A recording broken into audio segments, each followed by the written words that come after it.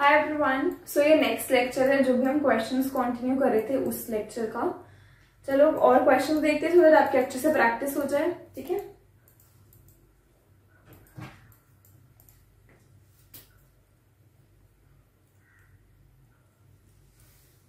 Question given है 7 books PQRSTUNV PQRSTUNV ये books का नेम है। Are kept side by side ये प्लेस्ड है। RQT have blue colors, RQT have blue colors। ठीक है, only S and the rest have red, red। ठीक है, only S and U are new books, SU new books, and rest are old। ठीक है, P, R and S are law reports, P, R and S are law reports, and rest maths books। All right, books of old maths with blue covers।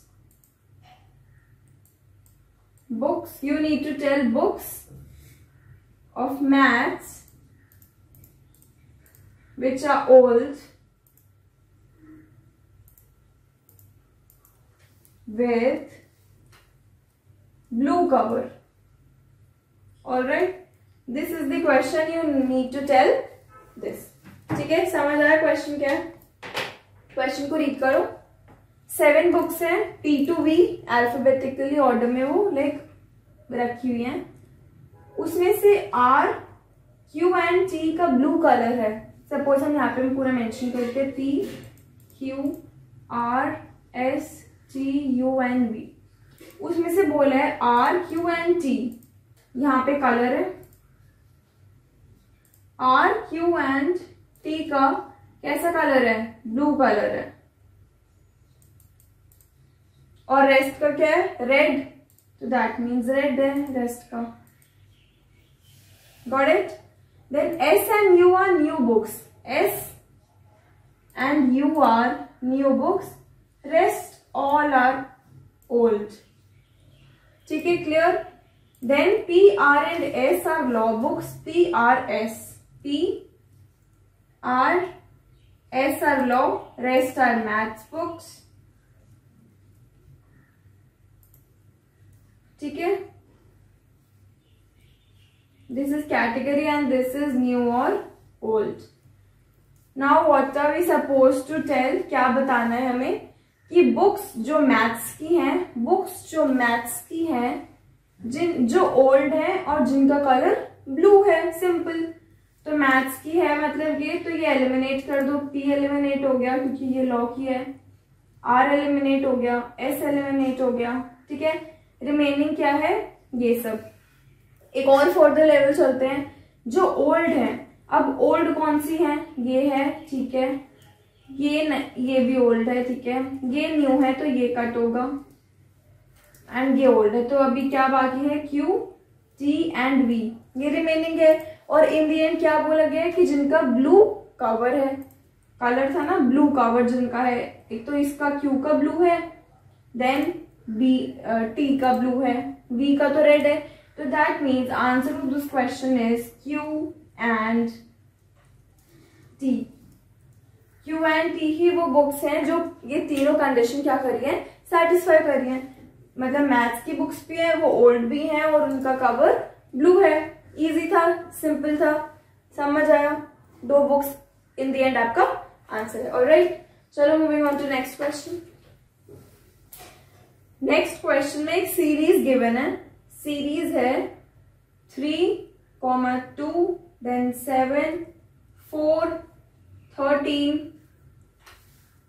10, 21, 18, 31, 28, 43 and 40। ठीक है, ये series given है, आपको बताना है कि इनमें से इनकरेक्ट टर्म कौन सी है और करेक्ट नंबर क्या होना चाहिए। ठीक है, और एक और चीज बोला है, ऑड टर्म और इवन टर्म। जो ऑड टर्म्स हैं और जो इवन टर्म्स हैं, पता है ना इवन एंड ऑड का मीनिंग तो सबको। इवन होता है जो 2 से डिविजिबल होता है, नंबर्स जो 2 से डिविजिबल होते हैं, और ऑड नंबर्स जो नहीं होते। जो ऑड और इवन है वो सेम पैटर्न फॉलो कर रहे हैं। Even and odd numbers follows same pattern. Alright, ये क्वेश्चन गिवन है। ठीक है, तो सबसे पहले मेंशन कर लो ऑड नंबर्स, बिकॉज क्वेश्चन में क्या गिवन है कि ये सीरीज जो है वो सेम पैटर्न फॉलो करे। दैट मीन्स हमें इनको सेपरेट तो करना ही पड़ेगा। ठीक है, सेपरेट करते हैं। यहाँ पे ऑड लिखते हैं पहले।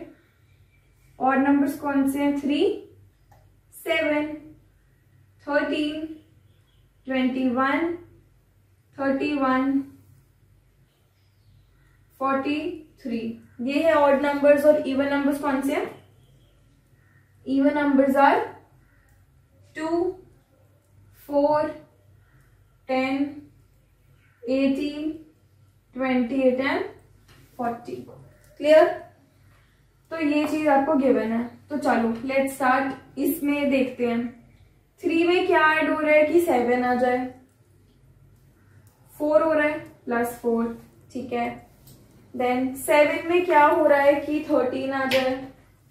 चल 7 में हो रहा है 6 हो रहा है, तो 13 आएगा। 7 + 6 इज 13। क्लियर? नाउ 13 में क्या ऐड करें कि 21 आ जाए। 13 में ऐड करेंगे हम 8, तो आ जाएगा 21। Correct to not? देन क्या ऐड करें? 21 से 31 इज 10, और देन 31 से 43 इज 12।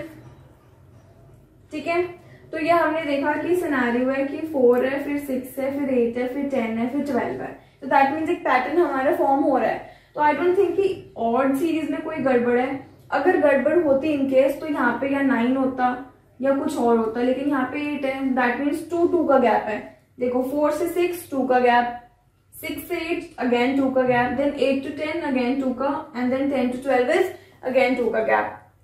तो दैट मीन्स कहीं ना कहीं ऑड सीरीज जो है वो करेक्ट है। तो चलो यही पैटर्न हम फॉलो करते हैं इवन के लिए। ठीक है, 2 से 4 में कितना ऐड हो रहा है? 2 ऐड हो रहा है, तभी 4 आएगा। देन 4 to 10 में क्या ऐड हो रहा है? 6 हो रहा है। देन 10 to 18 में 8, 18 to 28 में 10, एंड इन द एंड यहाँ पे क्या हो रहा है? 12।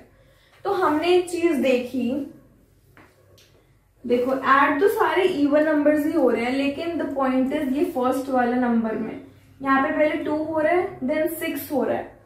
तो 2 और 6 में कितने का गैप आ गया? 4 का गैप। उसके बाद 6 और 8 में 4 का गैप, 18 एंड यहाँ पे 6 और 8 में 2 का गैप। ठीक है, देन 8 to 10 में अगेन 2 का, और इसमें अगेन 2 का। तो दैट मीन्स हमारी गड़बड़ कहाँ पे हो रही है? हमारी गड़बड़ हो रही है 2 की वजह से। समझ आया क्यों हो रही है? अगर 2 की प्लेस पे यहाँ 0 होता, अगर 2 की प्लेस पे 0 होता, तो 0 से 4 में कितने का डिफरेंस है? 4 का। तो फिर हमारी वो सीरीज कंटिन्यू हो जाती, क्योंकि यहाँ पे 4 आ जाता। और देखो दोनों सेम है series, 4, 6, 8, 10 and 12। Similarly 4, 6, 8, 10 and 12। Correct? समझ आया? तो हमारा इनकरेक्ट टर्म कौन सी है? ये वाली है। और यहाँ पे क्या आना चाहिए? 0। तो 0 is the right answer. That means यहाँ पे 0, 2 की प्लेस में 0 को डालना है, तो तभी हमारा आंसर सही आएगा। क्लियर है वाला क्वेश्चन? देखो यहाँ पे ना मेंशन था एक्चुअली इवन और ऑड नंबर्स वो जो है वो सेम पैटर्न फॉलो करते हैं, तभी हमें एक हिंट मिला कि same pattern. That means 4, 6, 8, 10 and 12 भी ऐड होगा। तो वो हमने जब देखा तो ये तो एक सीक्वेंस फॉलो कर रहे थे कि 2 2 का गैप है, 2 छोड़ के फिर 6 है, देन 2 फिर 8 है, फिर 2 10 है, 2 12 है, बट वहां पे थोड़ा सा अनइवन था तो हमने उसको करेक्ट कर दिया। क्लियर? चलो moving on to next question now. Next question is sequence given है 2। Sequence 1 is 8 4 6 15, 8 4 6 15, 52.5 and 236.5। ठीक है, और सीक्वेंस 2 गिवन है 5, then A B C D and E। Alright, so आपको बताना है कि what is the value of C। ठीक है, क्वेश्चन क्लियर है? सीक्वेंस 2 सीक्वेंस गिवन है, first sequence is 8 then 4 6 15 this and this, और सीक्वेंस 2 है 5 A B C D and E। तो आपको बताना है कि C की क्या वैल्यू है, और एक और चीज बोली है कि जो दोनों सीक्वेंस है, सीक्वेंस 1 एंड सीक्वेंस 2, वो दोनों सेम ही पैटर्न फॉलो कर रहे हैं। दैट मीन्स जो पैटर्न सीक्वेंस 1 में फॉलो हो रहा है नंबर्स कैलकुलेट करने के लिए, वो ही पैटर्न हमारे सीक्वेंस 2 में फॉलो हो रहा है, ये फर्दर नंबर्स काउंट करने के लिए, ठीक है, नंबर्स फाइंड करने के लिए। समझ आया? ओके, तो बताओ 8 से 4 में हम कैसे जा सकते हैं? मतलब 8 नंबर आपको गिवन है और उस बोला है कि 4 नंबर आना चाहिए, वो कैसे आ सकते हैं? Tell me.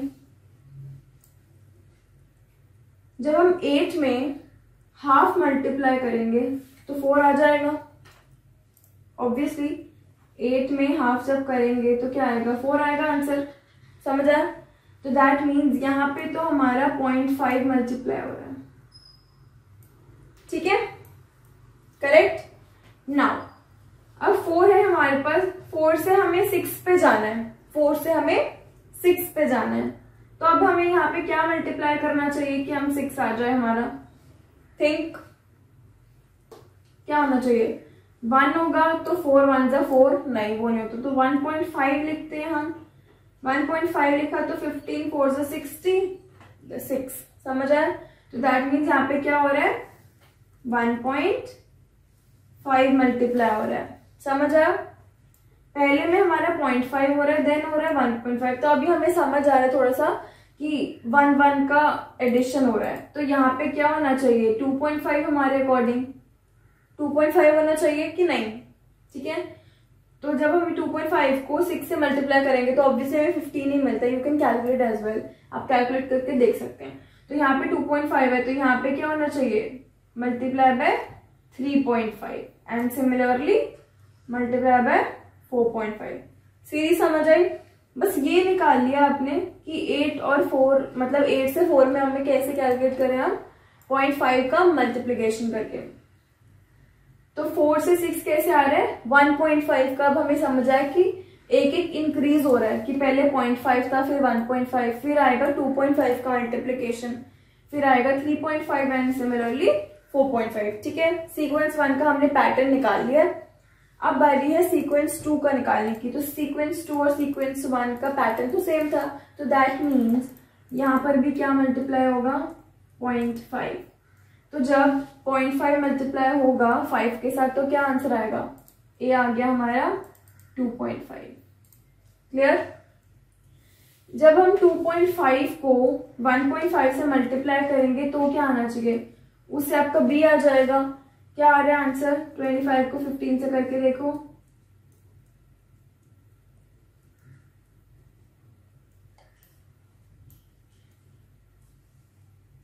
Four 75, that means 47.5 आ रहा है बी।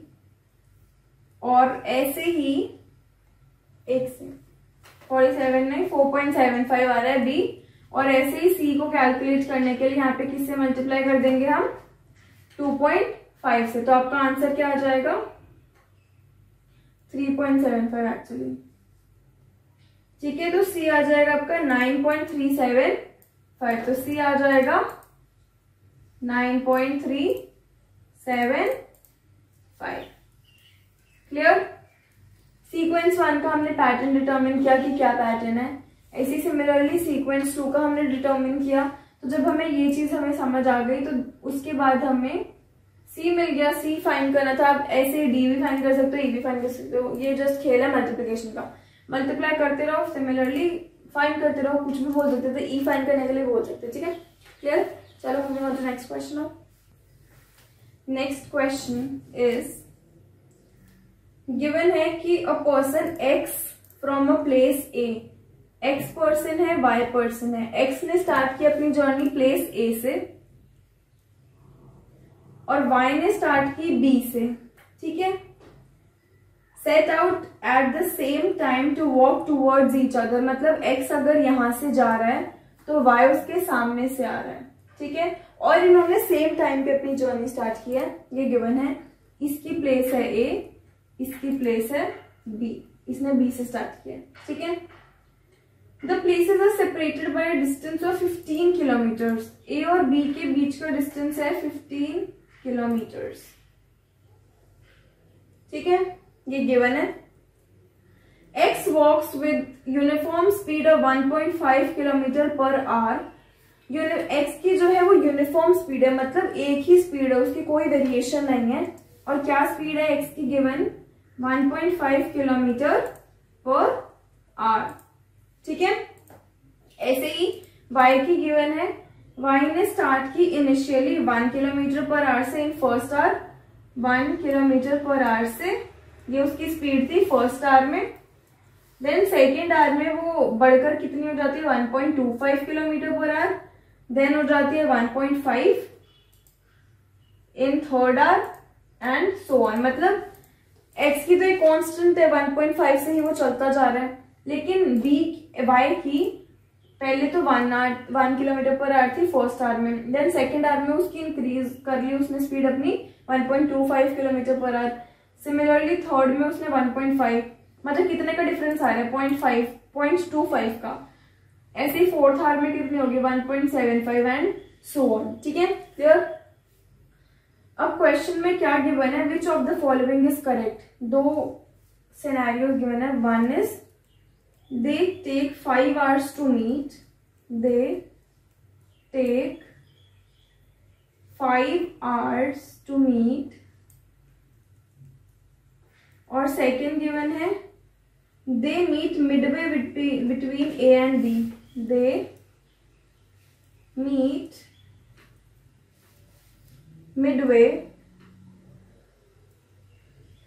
between A and ठीक है। आपको बताना है इनमें से कौन सा करेक्ट है। तो करेक्ट क्या है उसको बताने के लिए सबसे पहले यू हैव टू टेल उनका डिस्टेंस कैलकुलेट। पहले तो देखना पड़ेगा क्या फॉर्मूला होता है। Speed equals to distance upon time. ठीक है, इसकी जरूरत पड़ेगी नहीं, चलो देख लेते हैं। फर्स्ट है कि उनको 5 घंटे लगते हैं, तो 5 आवर्स हमें गिवन है। तो चलो उसके रिस्पेक्ट में निकालते हैं कि 5 आवर्स में एक्स कहाँ पहुंचेगा और 5 आवर्स में वाई कहाँ पहुंचेगा। ठीक है, तो एक्स का क्या है? 1.5 किलोमीटर पर आवर, मतलब 1 घंटे में वो कितना चल रहा है? 1.5 चल रहा है। तो 5 घंटे में कितना चलेगा?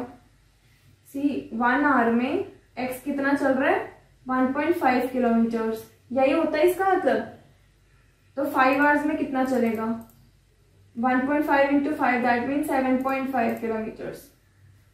ठीक है, 5 क्यों लिया हमने? 6, 7, 8 क्यों नहीं लिया? क्योंकि क्वेश्चन में सिर्फ 5 का ही पूछा है फर्स्ट पार्ट में कि वो 5 आवर्स में मिलते हैं कि नहीं। तो हम चलो देख लेते हैं कि 5 आवर्स में मिल रहे हैं। मिलने का मतलब क्या है? जब उसका डिस्टेंस सपोज यहाँ पे हो और y का या तो यहाँ हो या तो उससे आगे हो, तभी होता है कि मिल रहे हैं वो। ठीक है, अगर x यहाँ पे होगा y यहाँ पे होगा तो उसको मीटिंग थोड़ी कहते हैं। क्लियर। तो चलो हमने इसका डिस्टेंस कैलकुलेट कर लिया x का कि वो आफ्टर 5 इयर्स उसने हाफ डिस्टेंस कवर कर लिया होगा, मतलब 15 का 7.5। तो मतलब x यहाँ पे होगा आफ्टर 5 आवर्स। और y कहाँ पे होगा? y का भी देख लेते हैं। तो y 1 आवर में उसने कितना ट्रेवल किया? 1 किलोमीटर। सेकेंड आवर में कितना किया? 1 किलोमीटर प्लस 1.25। थर्ड में कितना किया? 1 प्लस 1.25 प्लस 1.5। और 5 में कितना करेगा वो?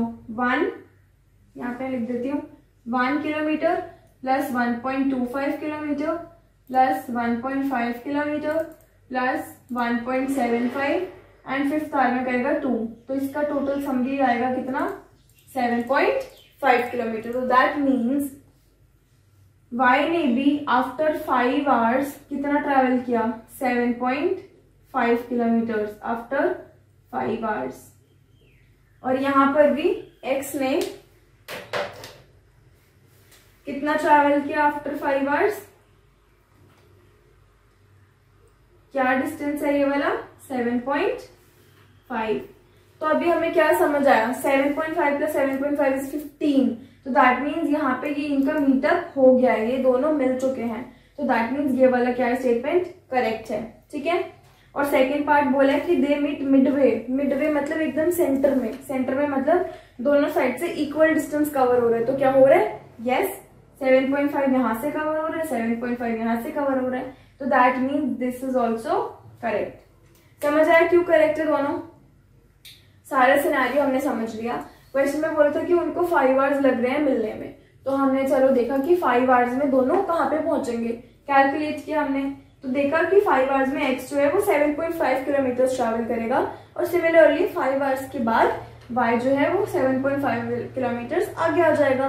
तो इससे हमें क्या समझ आया कि 7.5 इसने कवर किया, 7.5 इसने कवर किया। फर्स्ट कंक्लूजन इज कि हाँ वो मिल गए, बिकॉज डिस्टेंस ही उतना था। इन केस डिस्टेंस होता 16 किलोमीटर या 17 किलोमीटर, फिर भी हम बोलते कि वो मीट किया उन्होंने बाय, बिकॉज बीच में 2 या 3 किलोमीटर का गैप रह जाता। ठीक है, तो यहाँ पे 15 किलोमीटर ही गिवन है, तो 15 किलोमीटर उन्होंने दोनों ने कवर कर लिया आफ्टर 5 आवर्स, तो ये वाला करेक्ट है। और सेकंड बोलते कि एकदम वो बीच में मिले, मतलब दोनों ने इक्वल डिस्टेंस कवर किया है, विच वाज आल्सो ट्रू, दोनों ने सेम डिस्टेंस कवर किया है और वो एकदम बीच में मिले, तो दैट मीन दोनों करेक्ट है। इस क्वेश्चन का आंसर क्या है, बोथ आर करेक्ट। क्लियर। चलो moving on to next question now. Next question, I hope ये सब क्वेश्चन आप पॉज कर रहे हो और फिर खुद से ट्राई कर रहे हो। ठीक है, प्रैक्टिस ऐसे ही होती है क्वेश्चन की, वीडियो देखने से प्रैक्टिस नहीं होती। ठीक है, खुद से पेन पेपर लेके खुद सॉल्व करना सीखो, तभी प्रैक्टिस होती है। क्वेश्चन क्या है, a student appeared in 6 papers, 6 papers में उसने अपीयर किया एक स्टूडेंट ने। ठीक है, maximum marks are same, maximum marks क्या है सेम है सारे एग्जाम्स, सारे सब्जेक्ट्स के लिए। Okay, his marks in these papers are in the proportion 5, 6, 7, 8, 9 and 10। उसके मार्क्स जो है सारे 6 के 6 सब्जेक्ट में क्या है 5:6:7:8:9:10, ये उसके सारे मार्क्स का रेशियो गिवन है। ठीक है, ओवरऑल ही स्कोर्ड 60%, टोटल जो उसने स्कोर किया है वो कितना है 60%। ठीक है, 60% मैक्सिमम मार्क्स का। आई होप ये रीड करनी आती है स्टेटमेंट, 60% मैक्सिमम मार्क्स का उसने स्कोर किया है।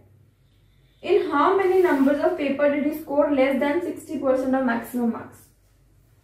हमें ये बताना है कि 60%, जस्ट अ सेकेंड, हमें ये बताना है कि उसने 60% से कम किस सब्जेक्ट में स्कोर किया है मैक्सिमम मार्क्स के। 60% ऑफ मैक्सिमम मार्क्स से उसका स्कोर क्या है लेस। ठीक है, क्वेश्चन क्या है 6 एग्जाम सब्जेक्ट्स हैं उसके, मैक्सिमम मार्क्स सेम है। सपोज लेट कर लेते हैं मार्क्स उसके क्या है मैक्सिमम 100 मार्क्स का एक सब्जेक्ट है। ठीक है, तो टोटल कितने होंगे 600 हो गए टोटल। क्लियर है। ठीक है, तो उसके जो मार्क्स आए ये मार्क्स ऑब्टेन्ड है, ये रेशियो किसके मार्क्स ऑब्टेन्ड की, मतलब जो उसके मार्क्स आए हैं ये उनकी रेशियो है। ठीक है, तो ये रेशियो गिवन है। टोटल उसने टोटल इन सबको मिला के उसने कितना स्कोर किया 60% ऑफ मैक्सिमम मार्क्स, मतलब इसका 60% उसने स्कोर किया है, इसका 60% स्कोर किया है। तो 600 का 60% क्या होता है, आई होप सबको पता है। 600 का 60% इज 60। तो मतलब उसके कितने मार्क्स आए हैं सारे सब्जेक्ट्स को मिला के? उसके आए हैं 360 मार्क्स। ठीक है, नाउ गिवन है, चलो इसको पहले निकालते हैं। ये सबने सीखा होगा छोटी क्लास में कि रेशियो को हटाने के लिए हम x लगा देते हैं और उसको ऐड कर देते हैं। तो that means 5x plus 6x plus 7x plus 8x plus 9x plus 10x equals to, क्या उसने स्कोर किया, कितने मार्क्स आए हैं उसके? 360। ठीक है, तो यहां से x आ जाएगा, एक इक्वेशन एक वेरिएबल, इजिली x आ जाएगा। x आएगा जब आप सॉल्व करोगे 8 आएगा x। क्या आएगा? 8 आएगा x। ठीक है, समझ आया इतना? नाउ अगर x 8 आ गया तो इस सब्जेक्ट में कितना स्कोर किया उसने? 5x है, तो 5 इंटू 8 इज 40। ठीक है, ये सब्जेक्ट 1 में उसने स्कोर किया है। सेकेंड सब्जेक्ट में कितना किया है? 6 8 जा 48। ठीक है, ये उसका सेकेंड सब्जेक्ट का स्कोर है। थर्ड सब्जेक्ट का क्या है? 7x मतलब 56। ठीक है, ये 7x का है। देन इज 8x, 8 मतलब 64। Then 9x 72 and then last is 80। ये उसके स्कोर्स हैं 6 के 6 सब्जेक्ट्स में। तो हमें क्वेश्चन में बोला गया था कि उसके 60% से कम जिसमें भी आएगा, जिस भी सब्जेक्ट में आएगा, मतलब 100 का 60% क्या होता है? 60 होता है। तो दैट मीन्स 60 मार्क्स से उसके जिस भी सब्जेक्ट में कम है उसको आपका नंबर बताना है। मतलब 60 से कम किस में है? एक तो ये वाला सब्जेक्ट है, एक ये सब्जेक्ट है और एक ये सब्जेक्ट है। इसी में इन तीनों में कम है। तो दैट मीन्स इस क्वेश्चन का आंसर क्या आ गया? Answer is 3 subjects. यही बोला था कि कितने सब्जेक्ट्स में उसके 60 से कम है, ये बताना था आपको। ठीक है, तो जो हमने बता दिया। क्लियर है? हमने मैक्सिमम मार्क्स ना लेट कर लिए, लेट करके इजी होता। आप एक्स लेके भी कर सकते थे, लेकिन वो वेरिएबल्स के चक्कर में रह रहे तो डिफिकल्ट होता।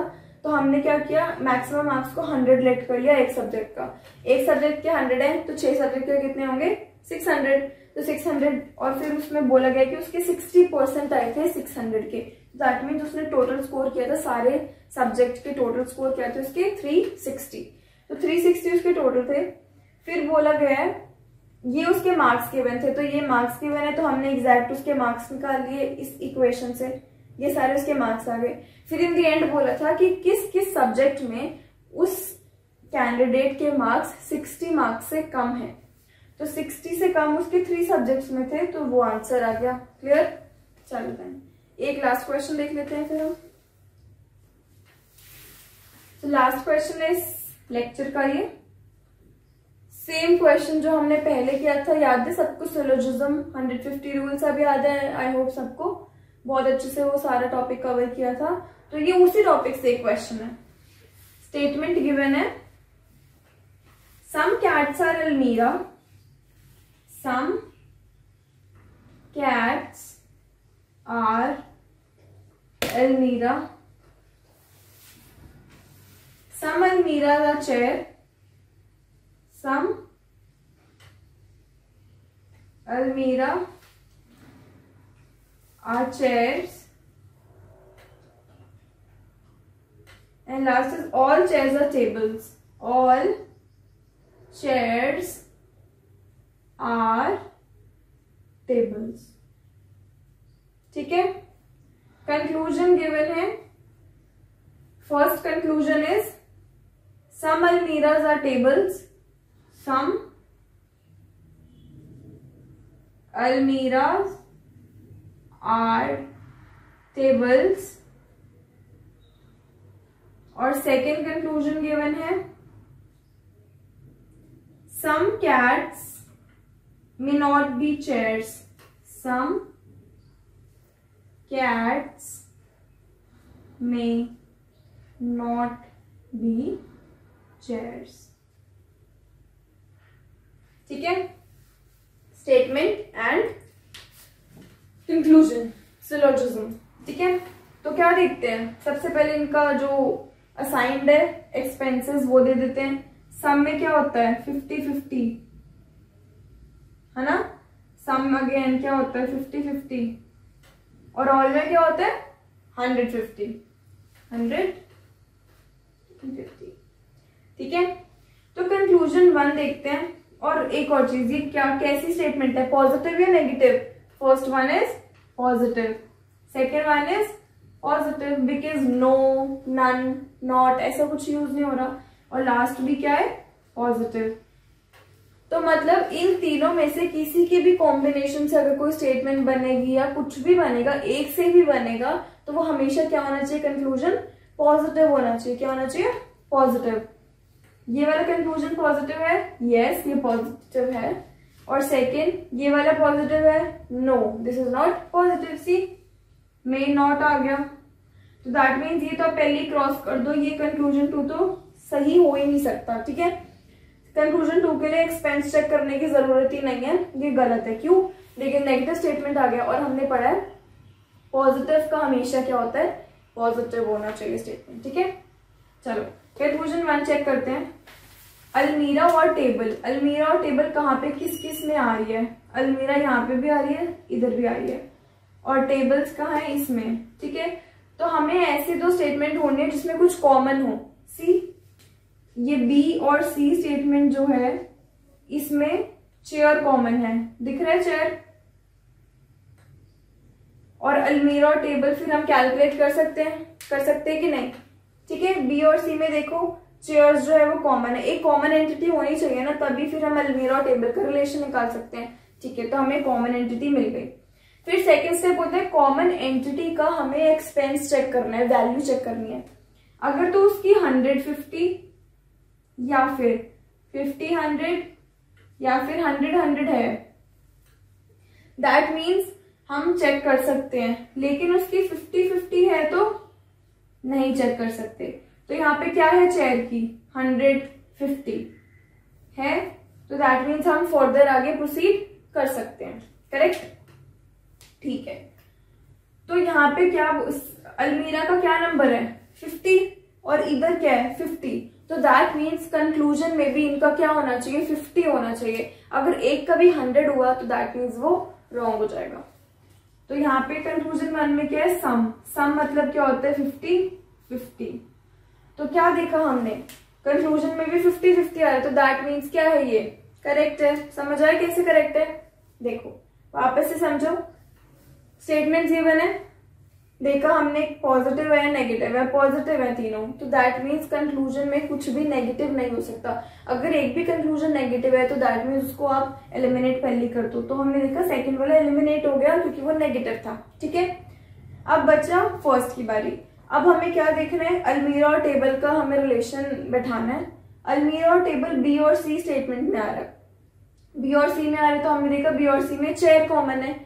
अब जो कॉमन होता है पहले उसका एक्सपेंस चेक करना होता है, उसका एक्सपेंस क्या है 150, that means which is valid, हम नेक्स्ट स्टेप में प्रोसीड कर सकते हैं। अगर इनकेस 50-50 होता चेयर का फिर नहीं कर सकते, तो फिर वो गलत था।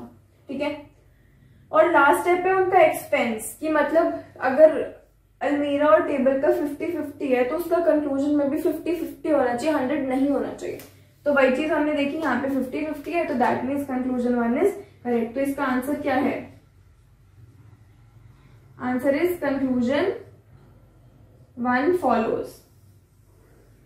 क्लियर? आई होप क्लियर है। ये इजी था, सिलोजिज्म हमने इतना डिटेल में किया है। अगर ये भी सॉल्व नहीं हुआ फिर गलत बात है, प्रैक्टिस करो तो ये इजीली सॉल्व हो जाएगा। ये तो बहुत इजी क्वेश्चन था, नो एक्सेप्शन ना। ठीक है, तो that's all for the lecture. अभी नेक्स्ट लेक्चर में मिलते हैं, सो दैट और आगे क्वेश्चंस प्रैक्टिस कर सके। Till then bye bye, take care.